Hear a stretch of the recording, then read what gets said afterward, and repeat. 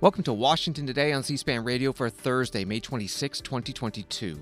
Bipartisan Senate talks are underway on a response to the recent mass shootings, the one in Uvalde, Texas, an elementary school that left 19 students and 2 teachers dead, and at the food store in Buffalo, New York, where 10 African Americans were killed in an attack motivated by race. Democratic Senator Chris Murphy promising to work hard to find a compromise with the Republicans, but he says if none can be found, votes on Democratic anti-gun violence proposals will take place. The Senate Republican leader Mitch McConnell saying he wants to find a bipartisan solution with reforms directly related to the shootings that just took place. Meanwhile, today, Senate Republicans blocking the start of debate on a bill to address domestic terrorism. It was put forth by Democrats as a response to the Buffalo shooting. Also in the news today, Agriculture Secretary Tom Vilsack asked about high inflation's impact on farmers' incomes. Secretary of State Anthony Blinken laying out the U.S. strategy to confront China's bid to spread its authoritarian influence. And a Senate committee holding a confirmation hearing for the nominee for the next NATO Supreme Allied Commander, talking about the military alliance's goals in Russia's war in Ukraine. The website 538.com has an article that includes this. Democrats have issued impassioned pleas for the government to more tightly regulate the sale of firearms. And if past shootings are any indication, we will soon get a fresh batch of polling data showing that solid majorities of Americans agree with them. But again, if past shootings are any indication, Congress will not pass any reforms, in large part because many Republicans oppose gun control reform. And as happened so many times before, the strong public support for gun control will fade away with our memories of the shootings.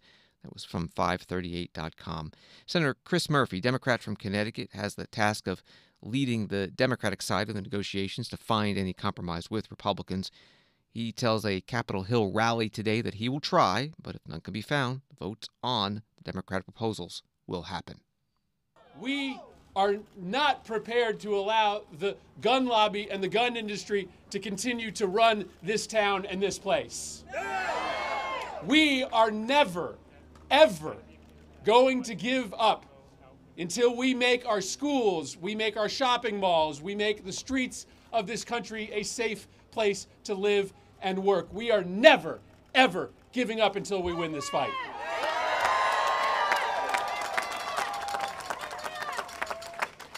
And this is a choice. This is not inevitable. This is not unchangeable. We are the only country in the world in which our kids go to school wondering whether they will survive the day, right? My fourth grader yesterday had to have conversations all day at school with his classmates that no child, that no 10-year-old should have to have. And he is forced to have those conversations with his friends about where they will hide, about where they will run, because of decisions that are made in this place. And we're going to change those decisions.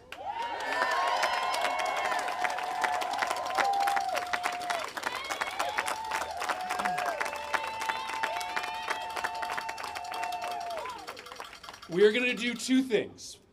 First, we are going to extend a hand of partnership to those who have been sitting on the sidelines, to those who have chosen to side with the gun lobby, and we are going to offer them a seat at the table. Right? Today we will be engaged in bipartisan conversations to try to find a path forward to make our streets safer, to make our schools safer.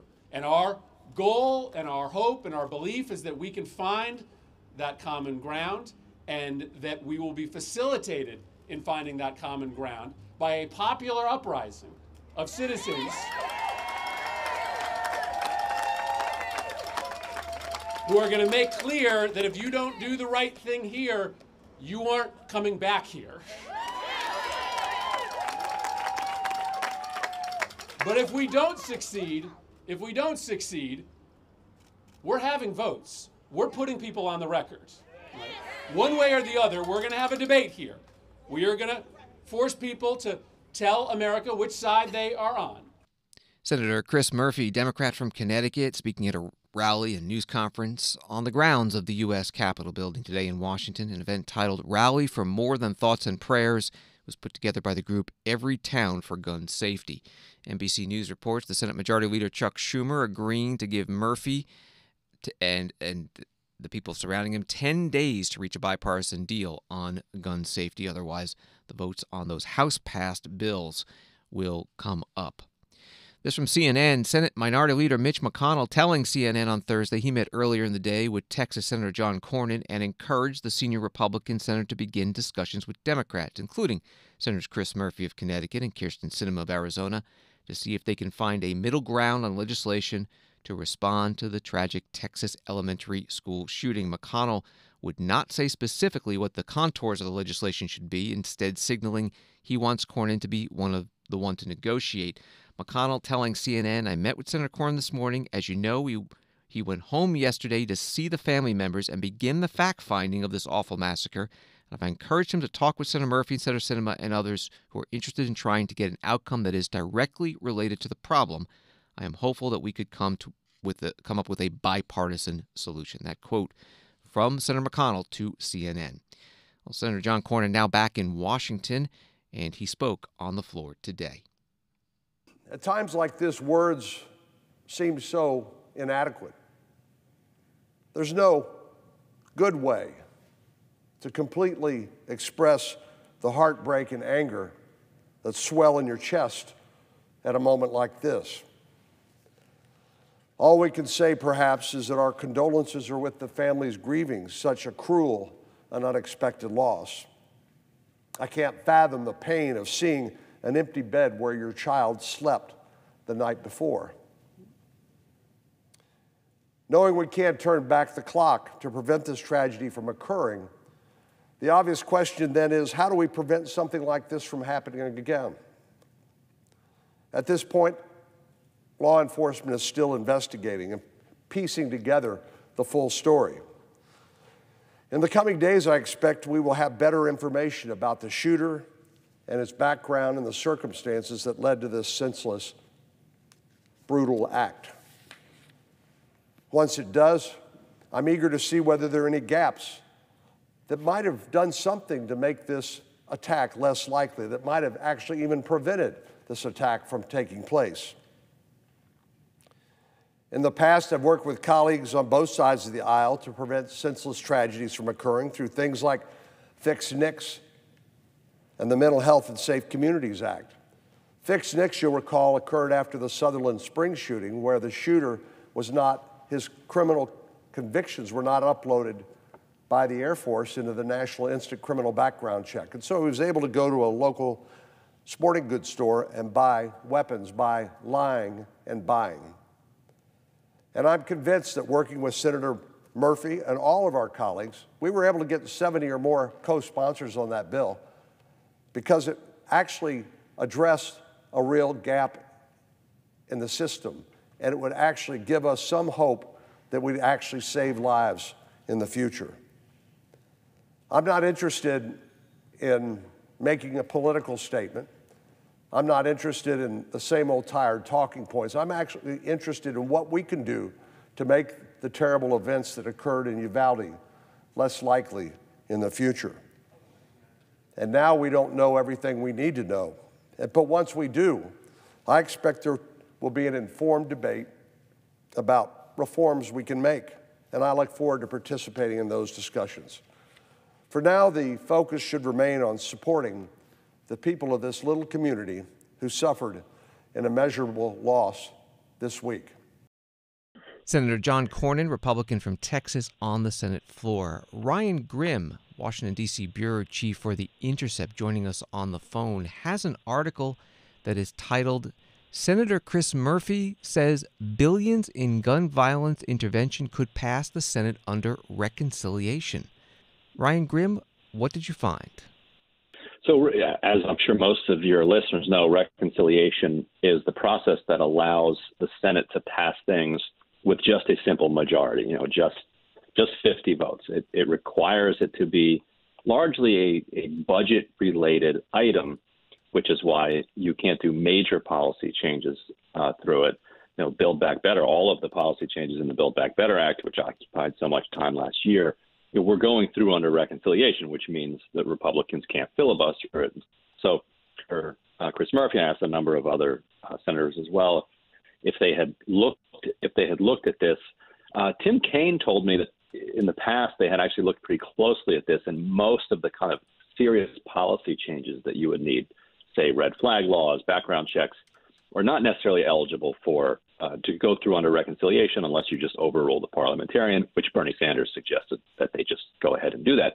What Chris Murphy pointed out was that if you go, to say, I think he said North Hartford, for instance, in Connecticut, what the communities there are clamoring for are anti-gun violence programming, basically gun violence intervention programs that target at-risk communities and at-risk youth that are subject to all the different pressures that they're under. And with the right kind of programs, you can de-escalate a lot of the violence that is going on in these communities.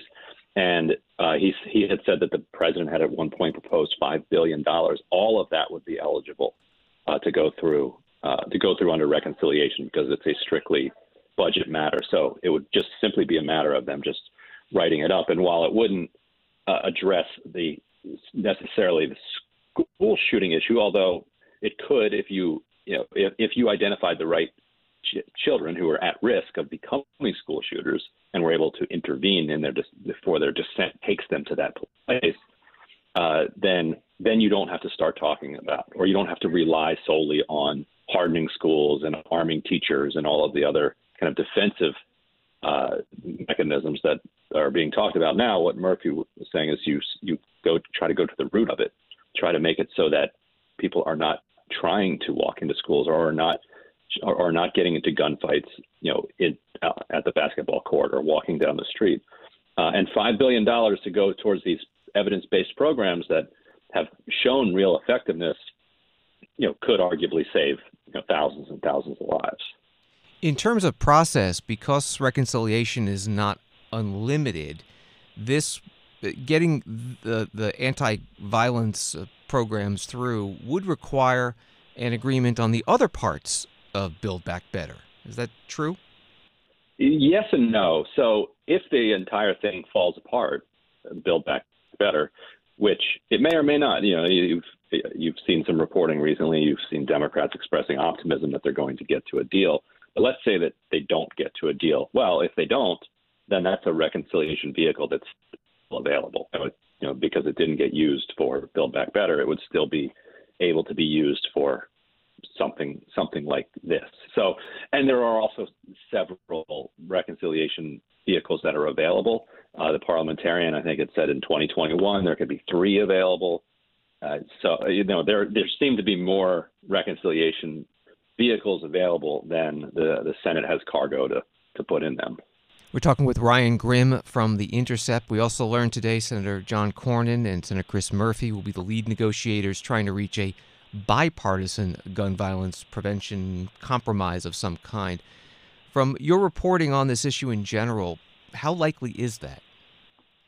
Well, from my reporting in general, it's not very likely. But, in particular, there does seem to be some serious energy. The emotions are extremely high in the Senate. You're seeing overtures from people like Cornyn, for instance, that you might not necessarily expect them from. But if you go back to post Sandy Hook, there has been nothing but disappointment after disappointment. Now, the National Rifle Association has almost completely collapsed. So it will be a test of how much of the inability of the Senate to act on gun policy was directly a function of NRA lobbying rather than the cultural issues around the Second Amendment and the kind of talk of the re-election and the other more prosaic arguments that people make about gun rights in the United States generally, and how much of it is just was quite specific to the NRA. So that's one thing that we'll find out. Ryan Grimm, Washington, D.C. Bureau Chief for The Intercept. Find his stories at theintercept.com and on Twitter at Ryan Grimm. Thank you very much. Thank you. This is Washington Today. President Joe Biden saying yesterday that he'd be heading to Texas to grieve with the families in Uvalde in the coming days. We found out when that's going to be. The White House Press Secretary Karine Jean-Pierre saying it will be this Sunday. And as you all saw, we announced that on Sunday, the President and the First Lady will travel to Uvalde to grieve with the community that lost 21 lives in the horrific elementary school shooting. We will have more to share as we get closer, but while he's there, the President will meet with the community leaders, religious leaders, and the families of the victim. The President and First Lady believe it is important to show their support for the community during this devastating time and to be there for the families of the victims. White House Press Secretary Karine Jean-Pierre. Education Secretary Miguel Cardona giving his thoughts about the debate over the response to the mass shootings, especially in schools. He testified before the House Education and Labor Committee. This question from Congresswoman Frederica Wilson, Democrat from Florida. Secretary Cardona, as you know all too well, the gun violence that's plaguing our schools and communities is just out of control. The citizens of this country have had enough of our thoughts and prayers. They deserve better. They deserve action. So we're here today for policy solutions and action. It's beyond time. It's beyond time that spineless Republican colleagues end their extramarital affair with the gun lobby and help us pass gun reform in this country. Instead, they offer senseless policies that don't address the gun violence epidemic our communities are facing. Just yesterday, they were calling for arming teachers and resource officers. Mr. Secretary, like you, as a former school principal and teacher, we know that's not the answer. What does the department need from Congress to ensure that when kids pick up their pencils and take out their books, it won't be their last time doing so? Thank you, Congresswoman. I'll tell you, I was a school principal during the Sandy Hook massacre, and the impact that had in our community, I can't put it into words. Educators go to school to work, to help children, socially, academically. We need to make sure that, number one, our professions are respected, and the solution of arming teachers, in my opinion, is further disrespect to a profession that's already beleaguered and not feeling the support of so many folks. We need to make sure we're empowering our teachers to be successful at teaching our children, and we need to work together. I think what Americans want to see is collaboration and bipartisan working together to do action. As you said, thoughts and prayers are not enough anymore. We need to stop that. We need to get to work. Americans are looking to us for answers, and we must deliver. Education Secretary Miguel Cardona, questioned by Democratic Congresswoman Frederica Wilson at today's Education and Labor Committee hearing on the Education Department policies and programs. Senate Republicans today blocking a bill that would create domestic terrorism offices at the Departments of Homeland Security and Justice and the FBI, also require biannual reporting on domestic terrorism threats and assessments of the threat posed specifically by white supremacists and neo-Nazis. The bill put forth after the recent mass shooting in a black neighborhood in Buffalo by a self-described white supremacist. Here is Senate Majority Leader Chuck Schumer supporting the bill and also promising that if the Republicans join him in starting the debate, then there could be both Democratic and Republican amendments offered dealing with gun violence. The bill is so important because the mass shooting in Buffalo was an act of domestic terrorism. We need to call it what it is, domestic terrorism. It was terrorism that fed off the poison of conspiracy theories like white replacement theory, terrorism that left 10 people dead, a community forever torn asunder. This bill will give the government the tools to monitor, find, and arrest these evil actors before they have a chance to inflict violence on their communities. And I thank my colleague, Senator Durbin, for championing this bill. I've been going to bed every night thinking about the families I met in Buffalo in the aftermath of the shooting. I think about this little 3-year-old boy. He lost his dad, who went to that Tops grocery store to buy him a birthday cake for his son. That little boy is going to live with that the rest of his life. And I think of all the families impacted by other racially motivated shootings over the years. Buffalo certainly and unfortunately wasn't the first. Charleston, El Paso, Pittsburgh, Atlanta, and so many others. The shooting of Asian Americans, Hispanic Americans, gay Americans, Jewish Americans, as well as black Americans. All because of this horrible white replacement theory. So today is the day we can begin to debate on how to make these shootings less likely. And there's an additional benefit to moving forward today. It's a chance to have a larger debate and consider amendments for gun safety legislation in general, not just for those motivated by racism, as vital as it is to do that. I know that many members on the other side hold views that are different than the views on this side of the aisle. So let us move on this bill. Let us proceed, and then they can bring them to the floor. Senate Majority Leader Chuck Schumer, Democrat from New York, today on the Senate floor. Senator Rand Paul, Republican from Kentucky, rose to oppose this domestic terrorism bill. This bill states, as if it were a fact, in the beginning of Section 5, that this bill will create an interagency task force to analyze and combat white supremacist and neo-Nazi infiltration of the uniformed services and federal law enforcement. This is not just an insult to your local police or to the Marines or to the Army and to the Navy. This is an insult to the FBI. It's an insult to the Capitol Police. This bill says that they've been infiltrated. This says that our police are consumed with some kind of race rage. It's untrue, and it's slander, and it's scandalous. But it's predictable. This is the party that wants to defund the police.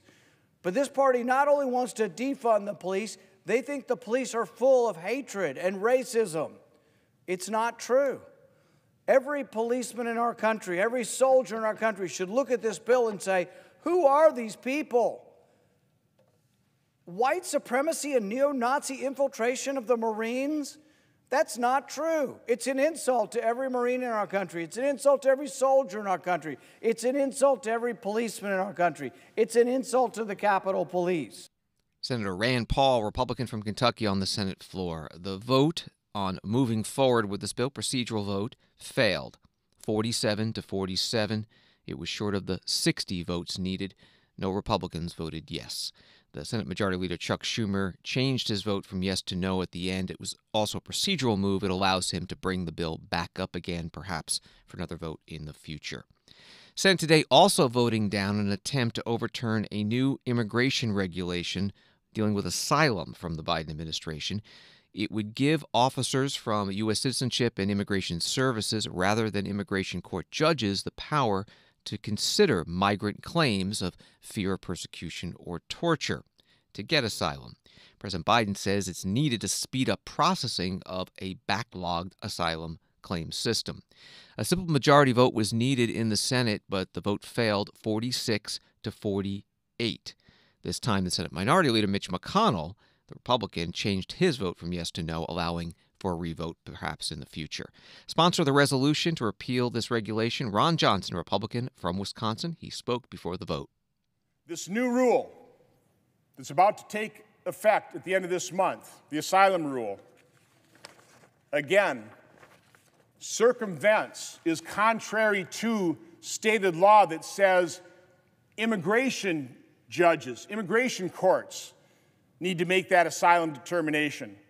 Not members of the administration, not USCIS officers. What this rule does is it gives that power to grant asylum, an awesome power that Congress never meant to give to the administration. It gives that power to USCIS officers and only allows a judge to take a look at that if the asylum claim is denied by the USCIS officer. So this isn't going to do anything to reduce the backlog. What this will do is this will increase the flow. This is another signal throughout the world that we have an open border policy. The only restraint right now is Title 42, and this administration is working actively to overturn a court order that said you must keep Title 42 restrictions in place. And if the USCIS officer isn't as generous as we fear they all will be and actually denies asylum, you're right back there in Article 3 courts. So the only purpose of this rule is to increase the flow, to accomplish Secretary Mayorkas' stated goal of making sure that we have a safe, orderly, and legal pathway for individuals to be able to access our legal system. In other words, this administration's policy on the border isn't to secure it, isn't to reduce the flow, it's to make the processing and dispersing of illegal immigrants more efficient, so more will come. Senator Ron Johnson, Republican from Wisconsin, on the Senate floor today, sponsor of this resolution to try to repeal the new asylum rule that he mentioned. That vote to repeal it failed. This week, as Senator Johnson mentioned, was to be the week that Title 42 was repealed. That's the regulation using the COVID-19 pandemic as the rationale to deny many migrants to the U.S. a chance to make a case for asylum. The Biden administration wants to do away with it, but a judge has blocked that for now. The Homeland Security Secretary posting this video. I am Alejandro Mayorkas, U.S. Secretary of Homeland Security. The United States continues to enforce its immigration laws. Individuals and families should not put their lives at risk by taking the dangerous journey only to be sent back. The restrictions at our southwest border have not changed. Single adults and families encountered will continue to be expelled where appropriate under Title 42. And those who are unable to establish a legal basis to remain will be removed. The U.S. Border Patrol already is managing numbers at historic levels due to large movements of people fleeing violence, corruption, poverty, climate change, and other hardships. And numbers could rise further from confusion over recent court orders and as smugglers continue to peddle misinformation to make a profit. We are prepared. The Department of Homeland Security is executing its comprehensive whole-of-government plan to manage current and potential increases at our border in a safe, orderly, and humane way, consistent with enforcing our laws. We are also deterring irregular migration south of our border in partnership with the Department of State, other federal agencies, and nations throughout the Western Hemisphere. The bottom line is that U.S. borders are not open.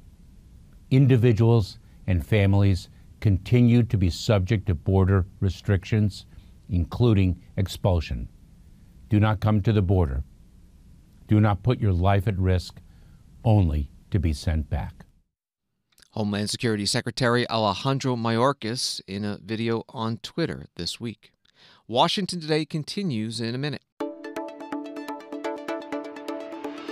Live Friday on C-SPAN Radio at 3 p.m. Eastern, the National Rifle Association holds its annual convention in Houston, Texas. Speakers include former President Donald Trump, Texas Governor Greg Abbott, U.S. Senator from Texas Ted Cruz, and South Dakota Governor Kristi Noem. NRA Convention in Houston, Texas, live Friday at 3 p.m. Eastern. Tell your smart speaker, play C-SPAN Radio.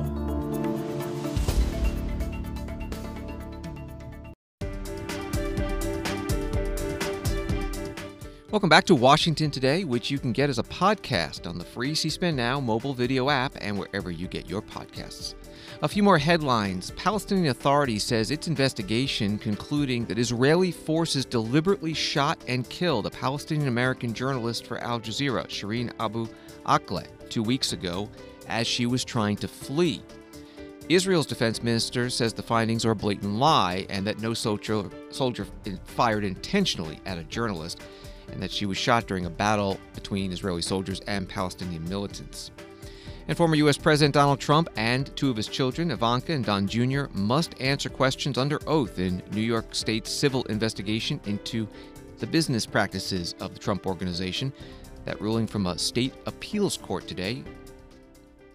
Senate Minority Leader Mitch McConnell today making what many reporters call a rare appearance at a committee hearing. It was the Agriculture, Nutrition, and Forestry Committee. Getting testimony from the Agriculture Secretary Tom Vilsack about issues important to rural areas of the country. Senator McConnell asking the Secretary about high inflation and what it's doing to farmers. This inflation issue that we're all hammered with amounts to well over $5,000 of increased costs annually, including $780 in additional costs for food. In a rural state like mine, and a lot of the members of this committee have similar states, small business and family farms are getting hit at both ends. And every single conversation I've had with farmers in the last year, the burden of increased input costs has been right in the forefront. One recent study from Texas A&M estimated that despite higher commodity prices, farm profits will drop by nearly 60% in 2022 due to these higher input costs. Since January of 2021, animal feed has increased by 43%, diesel fuel 115%, natural gas 202%, fertilizer 220%. Agencies like EPA, Interior, and others seem bent on driving these costs up even further. Have you worked with your colleagues across the administration to inform them how this regulatory onslaught is contributing to the burdens the farmers already have? Senator, our focus at USDA is to try to figure out ways in which we can provide assistance and help on the number of issues that you've raised. First of all, we are looking at ways in which we can increase productive land going into production. Obviously, as Senator Bozeman indicated, supply does have a tendency, if you expand it, it has a tendency to help bring costs down and potentially increase income. Secondly, in terms of the fertilizer, there are a number of things that we're doing. We are working with farmers to make sure that they are fully aligned with the right application, the right time, the right location, the right amount. We have also provided a new risk management tool that encourages split application of nitrogen to reduce the cost to farmers with picking up the loss of productivity that may occur if they are unable to fertilize twice in a year. We also have allocated $500 million towards looking at a broad array of options in terms of how we might be able to expand fertilizer capacity in this country and not be as reliant and as reliant as we have been on outside sources for fertilizer. And we're also looking at a number of strategies in terms of ways in which we can better utilize precision agriculture to ensure that we are using fertilizer in the appropriate time and appropriate amount. So there's a series of things that we're doing. We're also, and I would only finish by saying, part of our responsibility is also to provide help and assistance to the families that, as you mentioned, are struggling. That's the reason why it's important to get the SNAP program where it is. It's important to continue to promote the WIC bonus buy that we have in our budget. It's appropriate to take a look at ways in which we can help our schools deal with the consequences of all of this. That's why we asked for a continuation for one more year of universal free school meals. We think that there are a number of ways in which we can provide help and assistance to families to get through this difficult time. Thank you, Mr. Secretary. Thank you, Madam Chairman. The Senate Minority Leader Mitch McConnell, Republican from Kentucky, questioning the Agriculture Secretary Tom Vilsack at today's Senate Agriculture, Nutrition, and Forestry Committee hearing. Secretary Vilsack referring to the free school lunches for all students. That's been funded through the COVID-19 pandemic relief bills that have been passed in the past few years. That is slated to expire June 30th, but several Democrats, including the chair of the Agriculture Committee, Debbie Stabenow, Democrat of Michigan, looking for a way to extend it, perhaps as part of the next COVID-19 program funding bill that the Senate does have under consideration. The head of the Food and Drug Administration, Dr. Robert Califf, back on Capitol Hill today to discuss the Biden administration's response to the infant formula shortage nationwide. Yesterday it was a House committee. Today, the Senate Health, Education, Labor, and Pensions Committee. He says he expects the overall shortage to end within 2 months, and specialty formulas should be available within a month. But he says the question going forward is, should the federal government stockpile for the future? The big question that I think is going to have to be addressed is, do we create a stockpile as a backup in case something doesn't work in the future? I do worry. What happens is that if we're getting the Abbott plant back up, there are positive cultures would be one example. I think we're going to have a surplus. We're certainly planning on a surplus within a couple of months, as I've already told you. The question is, should we maintain that surplus as a government activity for the foreseeable future? And that's a question we're all going to have to discuss together and make a decision about. Part of the blame for the shortage is a shutdown at a plant in Michigan run by the company Abbott. And Senator Bernie Sanders today, independent from Vermont, asking Commissioner Califf whether there may be criminal liability in that case. October 20th of last year, a whistleblower sent a 34-page report to the FDA describing in detail how the equipment in Abbott's manufacturing plant in Michigan, quote, was failing and in need of repair, and that the company knew that this was a problem for at least 5 years. According to this report, Abbott falsified records to cover up deficiencies at its plant, improperly trained employees, and successfully hid health and safety risks from FDA auditors in 2019. And even though this report was submitted to your agency last October, FDA did not interview the whistleblower until late December. Now, my question is, during that same period of time, Abbott saw a $7 billion increase in its profits, and its CEO, Mr. Ford, saw very substantial increases in his compensation packages. If a company lies to the FDA about its safety situation, at the same time it does massive stock buybacks, gives the CEO used compensation packages, are you going to fine them? What are you going to do to make sure the industry understands that you simply cannot lie to a government agency? The whistleblower's complaint was received, and the usual staff reviewed it and did the interview. It was not escalated to the leaders of the FDA who were responsible, and that was an error that's now been rectified in terms of process. In terms of the status of the whistleblower complaint, I'm not in a position to comment on whether they may be legal proceedings. No, what I'm asking is, I'm not even asking about the whistleblower complaint. If a major corporation lies to the FDA about something as terribly important, the safety of infant formula, what are you going to do? And at the same time, they do billions in stock buybacks, huge compensation packages for its CEO. Is the government, is the agency going to say, sorry, it is more important to protect the babies of this country than to give huge compensation packages to your CEOs? Are you going to stand up to them? Senator Sanders, we are standing up to them. As I said, I'm not in a position to say whether criminal proceedings are underway or not. Is that something in consideration? I'm just not in a position to comment on. Well, I would hope that manufacturers of baby formula, which is so terribly important to parents and obviously the babies, understand they cannot lie to the Food and Drug Administration, and I hope you are strong about that. Well, Senators, you know I've worked on all sides of this. I've been inspected, and everyone understands when you lie to the FDA and you get caught, there's going to be big trouble. Well, I hope there will be. Thank you. Senator Bernie Sanders, independent from Vermont, questioning the Food and Drug Administration Commissioner, Dr. Robert Califf, at today's Senate Health, Education, Labor, and Pensions Committee hearing. On Wall Street, the Dow up 516, NASDAQ up 305, S&P up 79.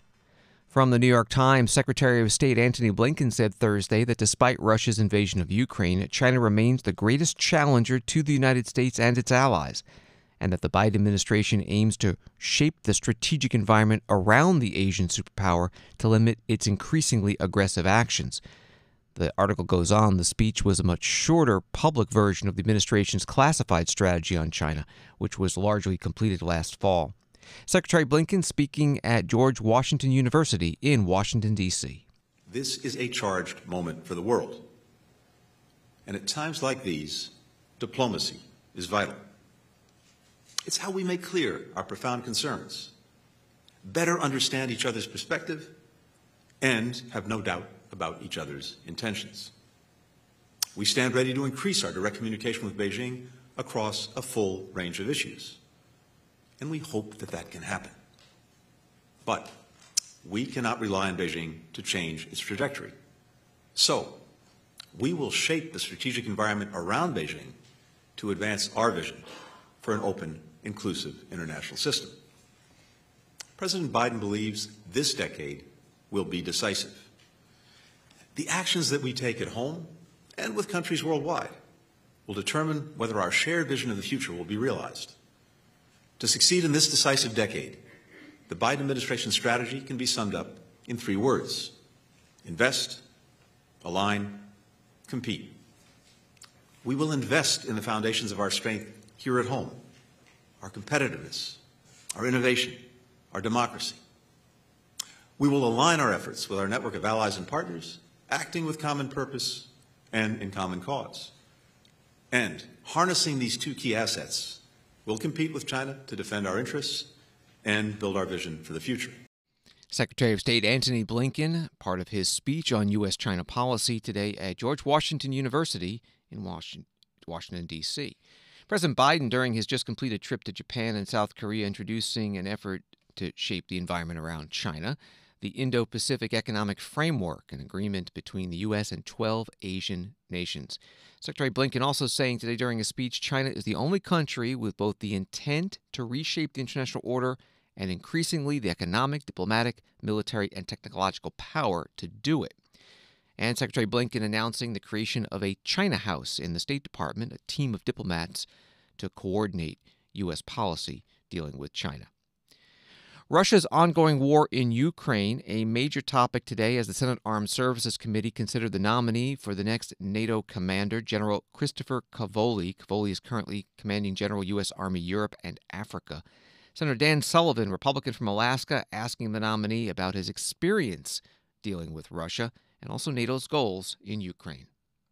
I believe you are exceptionally well qualified for this position.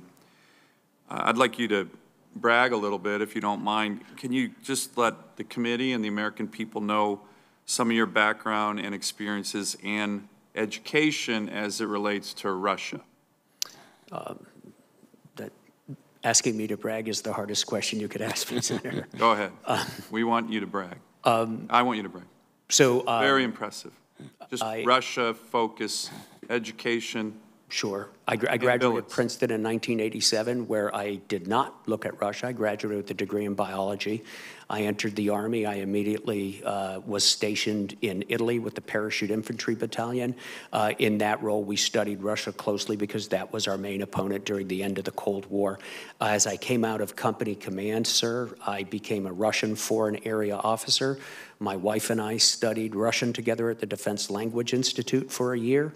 Then I went to... So you speak Russian? I do, yes, I do. And you've studied Russian military history, Russian strategy, I got a degree Russian from tactics. Yale University in Russian. You've had billets that have solely focused on Russia? I have lived in Moscow for months at a time. I have traveled all over the former Soviet space. I have had fellowships at the George Marshall Center. In Germany? In Germany. I was on the Russia desk for the Joint Staff. So I would say Russia desk for the Joint Staff? I was, sir. So that's every day getting up, focusing on the challenges. Absolutely, Senator. So I would say you are Vladimir Putin's worst nightmare and couldn't be more qualified than probably any other member of the military. So again, I want to thank you for your service. Can you clearly define succinctly, because I have a bunch of questions, our top strategic goals in Ukraine? Yes, Senator. We want Ukraine to emerge from this conflict independent and free. We want the NATO alliance to be unified and as strong as ever. And we want to do these things without engaging in a war with Russia. Thank you. Senator Dan Sullivan, Republican from Alaska, and General Christopher Cavoli, nominated for Commander of U.S. European Command and NATO Supreme Allied Commander Europe at today's confirmation hearing. Associated Press reporting that Russian President Vladimir Putin says the West will fail in its attempt to isolate Russia and face growing economic problems. Speaking Thursday via video link to members of the Eurasian Economic Forum, Putin said Russia wasn't going to shut itself off from international cooperation. The forum includes several ex-Soviet nations.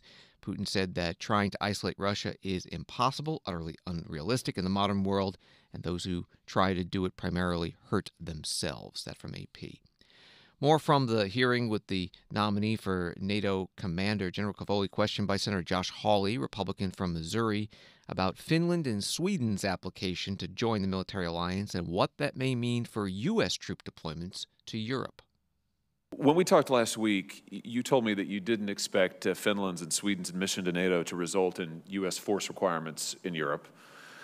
I've seen since then reports that Sweden is requesting a greater U.S. naval presence in the Baltic Sea. Also seeing reports the Pentagon plans to keep 100,000 plus troops in Europe for the foreseeable future. I just want to revisit this topic that you and I discussed in light of those reports. I mean, given this, how confident are you that Finland's and Sweden's accession to NATO would not result in U.S. forces doing more in Europe than we're currently obligated to under our current NATO commitments?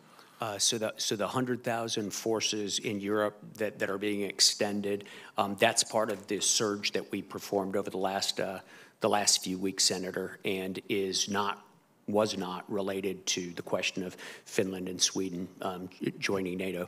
I remain of the opinion, as I told you in our office call, that at least in the ground domain, that this is not going to be a requirement for large additional forces or additional forces. I think exercises and occasional presence, like we do with any ally, will increase. Different basing requirements, do you think? I mean, will there be, will this necessitate a shift in posture by our forces or NATO forces? I don't know right now, and I would point out that the word basing carries with it an enormous number of other implications that I would have to consider deeply before I came back to you with a firm response on basing. General Christopher Cavoli, nominated for Supreme Allied Commander Europe, getting questioned by Senator Josh Hawley, Republican from Missouri, at the Armed Services Committee hearing today on his nomination. If confirmed, General Cavoli would be the 20th Supreme Allied Commander Europe since NATO's founding. The first was General Dwight D. Eisenhower, right before he was elected president, 1951 and 52. You can find this full hearing and everything you hear on the C-SPAN networks in its entirety at our video library at cspan.org. And thanks for listening to Washington Today. If you want more top Washington stories sent to you each day, subscribe to C-SPAN's evening newsletter Word for Word. Just go to c-span.org/connect to sign up. Have a good night.